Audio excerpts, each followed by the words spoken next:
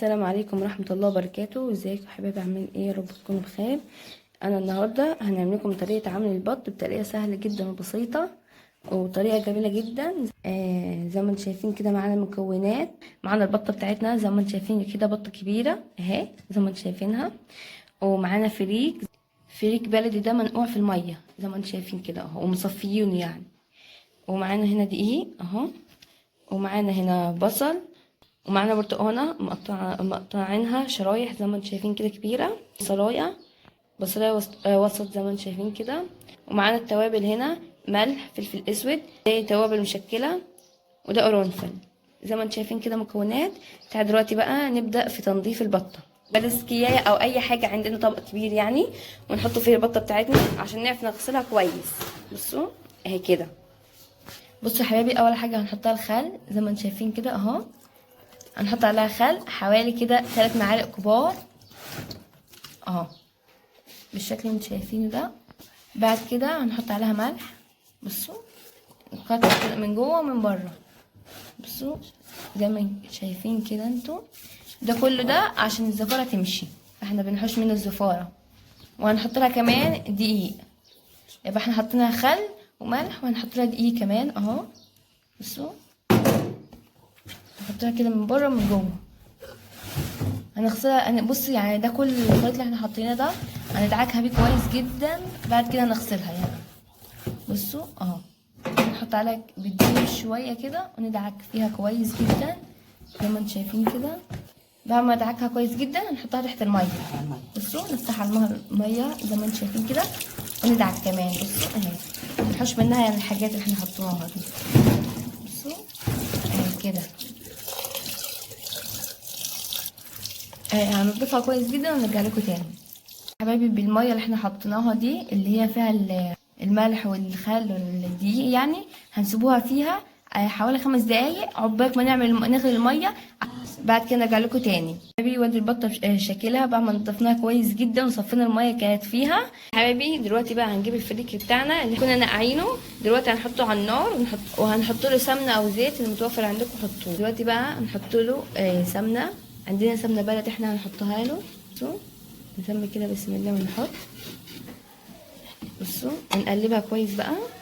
بصوا هنحط فلفل اسود دلوقتي اهو، وهنحط الملح دلوقتي اهو، ودي توابل مشكله هنحطوها كمان اهي، شطه وملح وكمون وكله يعني. بعد كده هنقلبهم كويس اهو كده زي ما انتم شايفين كده يا حبايبي. الله يا جماعه، ريحه السمنه البلدي جميله جدا. هنقلبها كويس اهو زي ما انتم شايفين. بصوا هنطفي عليه بقى. بصوا يا حبايبي، احنا دلوقتي شوحنا الفريك مع السمنه زي ما انتم شايفين كده مع التوابل يعني. دلوقتي بقى هناخدهم ونرفعهم من النار ونحشي بهم البطه بتاعتنا. بصوا الفريك بتاعنا اهو زي ما انتم شايفين كده. دلوقتي هناخده ونحطه جوه البطه دي. بصوا اهو، هنسمي كده بسم الله ونحطه جوه البطه بتاعتنا. اهم حاجه نكون غاسلين البطه كويس جدا زي ما قلت لكم اهو. هنحشي بقى البطه بتاعتنا. هنبتدي بقى نحشي دلوقتي البطه بتاعتنا. عايزه اقول لكم ريحه الفريك جميله جدا، معموله بالسمن البلدي يا حبايبي اهو. هنحشي فيها زي ما انتم شايفين كده اهي. بصوا على العموم كده يعني هنحشوها ونرجع لكم تاني يا حبايبي. الرقبه زي ما انتم شايفين كده اهي يا حبايبي، عشان احنا بندخل الفريك من هنا يعني عشان ما تطلعش. بصوا هنعملها ازاي. هندخلها كده لجوه زي ما انتم شايفين كده اهو، بالشكل اللي انتم شايفينه ده عشان ما تطلعش الفريك. بصوا احنا لما نحطها في الميه اصلا هتطلعها وكده، فلازم نقفلها كويس حبيبي. بقى ما حشينا البطايه بتاعتنا زي ما انتم شايفين كده. دلوقتي هنعلمكم ازاي تقفلوها من فوق هنا. بصوا هنجيب خيط زي ما انتم شايفين كده اهو، وابره يعني، ابره تكون نظيفه كده زي ما انتم شايفين. بصوا اهم حاجه عشان ده للاكل يعني زي ما انتم شايفين كده. بعد والخيط برضو يكون نظيف. دلوقتي بقى يا حبايبي هنبتدي نقفل بيها البطايه بتاعتنا اهو. بصوا اهو هنعملها كده، نعمل البطاقة كلها الفتحة. شايفين الفتحة دي كلها نعملها، نقفلها زي ما انتم شايفين كده. بصوا اهو بالطريقة اللي انتم شايفينها دي اهو هنعملها كده زي ما انتم شايفين اهو. بصوا احنا بنعملها كده عشان الفريك ما يطلعش منها يعني. بصوا اهو نعملها كويس.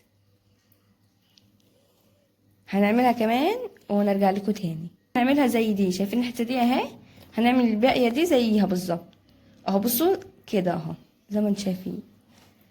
هنعملها كلها ونرجع لكم تاني حبايبي. ودي شكلها اهي زي ما انتم شايفين كده بعد ما قفلناها كويس جدا بالخيط. بصوا شكلها زي ما انتم شايفين كده اهي.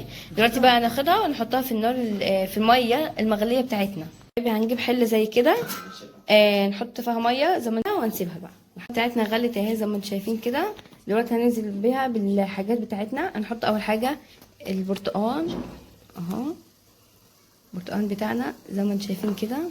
والبصل بصوا قطعناها احنا بصلة بتاعتنا كده شرايح عشوائيه كده يعني. بص عشان نعرف نحوشها بعد كده من الشوربه يعني، عشان لو احتاجنا نعمل حاجه بالشوربه. وهنحط الثوم بتاعنا نقسمه الفص 2، الفص نقسمه مرتين كده او 3. بصوا اهو. او بعد كده نحط التوابل بتاعتنا اهي.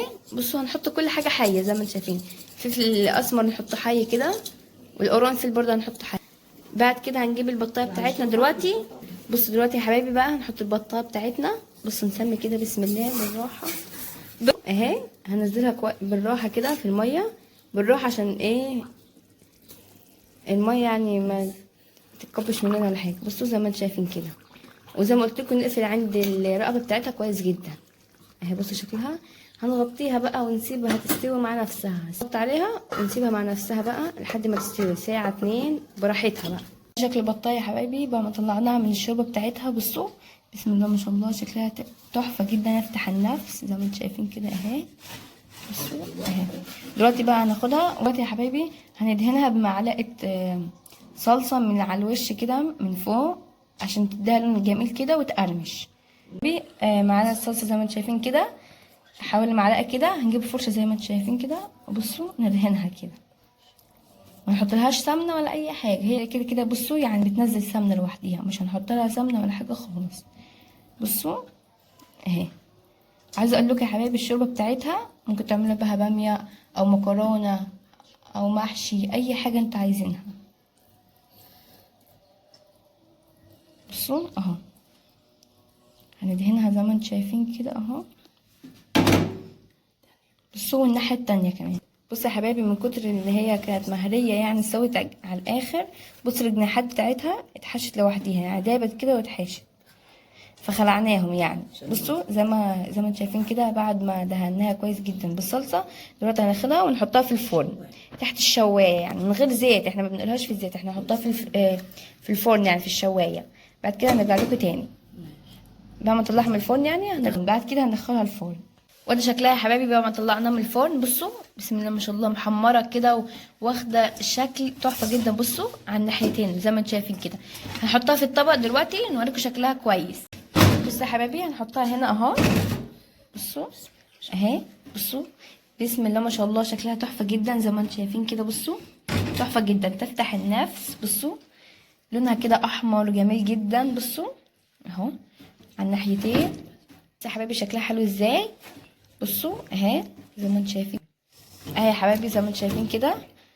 بصوا يعني شكلها تحفه جدا. واحنا دلوقتي بصوا بسم الله ما شاء الله شكلها. بصوا اهي كمان هنوريكم ازاي تحوش الخيط بتاعها. بصوا هنشده كده اهو.